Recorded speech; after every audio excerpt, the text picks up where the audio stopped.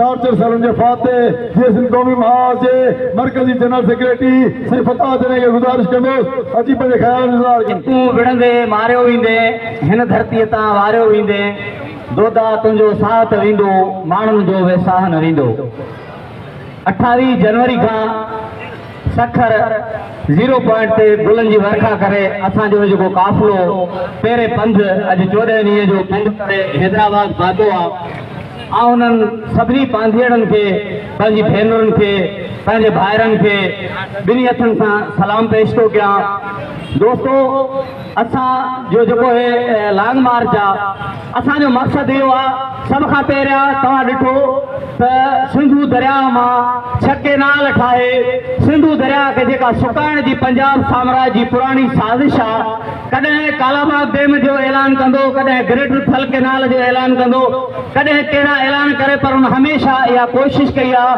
त सिंधू दरिया खे बंदि ॿधी ऐं सिंध खे सुकायूं ऐं असां चऊं था त सिंधू दरिया असांजे जियापे जो वाहिद ज़रियो आहे। सिंधू दरिया असांजे माउ जी खंज जी हैसियत रखे थो। असां उन जे बचाइण जे लाइ आख़िरी हद ताईं वेंदासीं। असां चऊं था त सिंधू दरिया मां असांखे को बि केनाल कंहिं बि सूरत में क़बूल न आहे। ॿियो त ग्रीन पाकिस्तान इनिशिएटिव जे नाले सां पंजाब साम्राज्य हिननि जी फौज हमेशा पाकिस्तान ठहण खां वठी सिंध जूं ज़मीनूं पंजाब ऐं धारियुनि में विरहाईंदी आई आहे। उहो सखर बैराज हुजे जॾहिं उहो ठहियो त उते बि लखें एकड़ ज़मीन पंजाबनि खे ॾिनी वई। जेकॾहिं कोटड़ी बैराज ठहियो त उते बि लखें एकड़ ज़मीन पंजाबनि जनरल ऐं कर्नलनि खे ॾिनी वई। पर अफ़सोस सां चवणो थो पए त सिंधी माण्हू जेको असांजो हारी आहे जंहिंजो गुज़र सफ़र हार पे उहो 2 एकड़नि खां बि मरहूम आहे। धरती असांजी वतन असांजो विरासत पंजाब साम्राज्य जो करे असां सम्झूं था त इहा असांजे वतन जी जेका ग़ुलामी आहे ग़ुलामी खे बि सिंह कोन थींदा आहिनि। इहा ई ग़ुलामी आहे त असांजे कॾहिं असांजे दरिया ते बंदि ॿधी असांजो दरिया सुकाइण जी साज़िश था कनि कॾहिं जेको आहे असांजूं ज़मीनूं लखें एकड़ धारनि में था विरहाइनि त कॾहिं सॼी सिंध में अफ़गानी पंजाबी वठी आबाद करे असांखे अक़लियत में तब्दील करण जी कोशिश पिया कनि। अॼु तव्हां सिंध जे नंढनि वॾनि शहरनि में ॾिसो त अफ़गाननि जूं लोथियूं रहियूं पियूं आहिनि पंजाबनि जूं लोथियूं रहियूं पियूं आहिनि। छा बलोचनि त उन्हनि अफ़गाननि ऐं पंजाबनि खे मोचड़ा हणी कढियो? छा सिंधी क़ौम बि इहा हिमत कंदी इहे पंहिंजो वतन आज़ादु कराईंदी? असांखे बि हिमत करणी पवंदी। असांखे बि धारियुनि खे पंहिंजे वतन मां नेकाली ॾियणी पवंदी तॾहिं ई असां हिते ख़ुशहाल ज़िंदगी गुज़ारे सघूं था। पर जेके असांजा साथी पंहिंजे वतन जी आज़ादी जी ऐं ख़ुशहाली जी ॻाल्हि कनि था जेके दोस्त अॻ में ॿुधाए विया त उन्हनि खे वरी खणी टार्चर सेलनि में बंदि कनि था। असां तव्हांजा इहे टार्चर सेल बि ॾिठा आहिनि पर उन खां पोइ बि असां इहो ई चऊं था त तुंहिंजो देश मुंहिंजो देश तुंहिंजो रहबर मुंहिंजो रहबर। असां सम्झूं था इहे तव्हांजा टार्चर सेल असांखे कुझु बि नथा करे सघनि। कंहिं आहे जो चवणु आहे त हे सिर आहे हिकिड़ो जे हुजनि सिर घणा त वारे वारे वठियां। जेकॾहिं असांखे ॿीहर बि जनम मिलियो त असां पंहिंजी धरती जी आज़ादी जे लाइ अवतायो हुजे बिलावल चांडियो हुजे असांजा केतिरा नौजवान सचनुवाणी हुजे जिन खे 8-8 10-10 साल थी विया आहिनि उहे टार्चर सेलनि में आहिनि। उन्हनि जा बचड़ा उन्हनि जूं अमड़ियूं परेशान आहिनि त असांजा बच्चा कहिड़े हाल में आहिनि। असां तव्हां खां पुछणु चाहियूं था त छा कहिड़ी आहे तव्हांजी इन्वेस्टिगेशन आहे?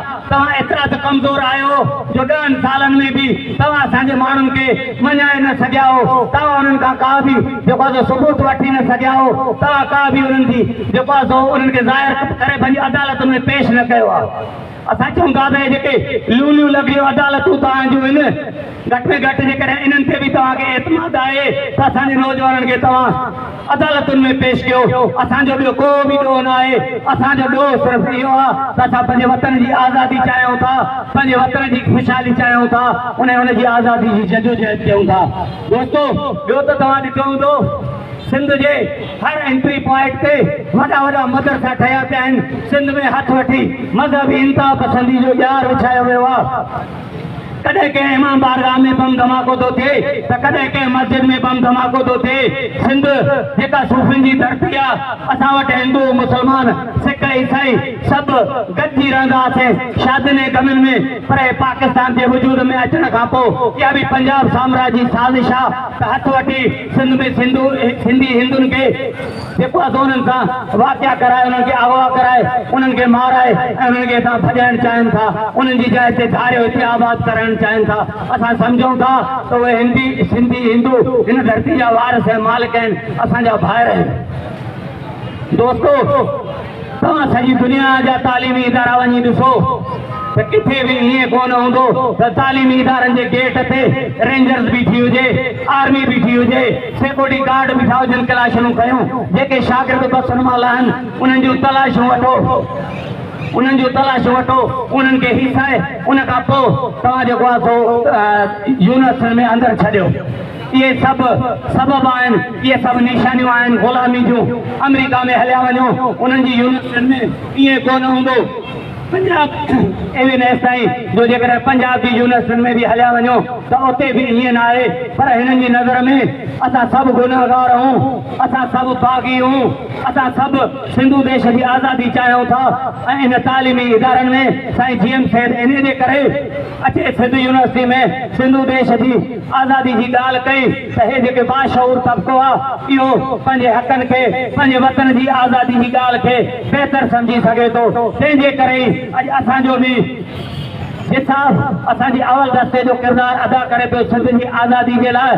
त असां इहो ई दोस्तनि खे चवंदासीं त अचो साईं GM सैद जे पैरोकारनि जो साथ ॾियो, सिंधी क़ौम जो साथ ॾियो।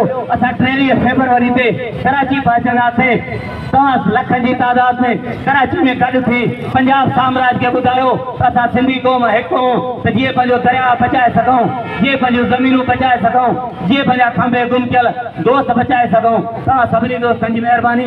आख़िर में आउं हे शेर थी पंहिंजी जाइ वठंदुसि त सवें आया सिंध में नवां नादर शाह, कान्हे का तारीख़ में वेड़ सवाबी वाह, मथा सोचो सा मथा मोटो मागता।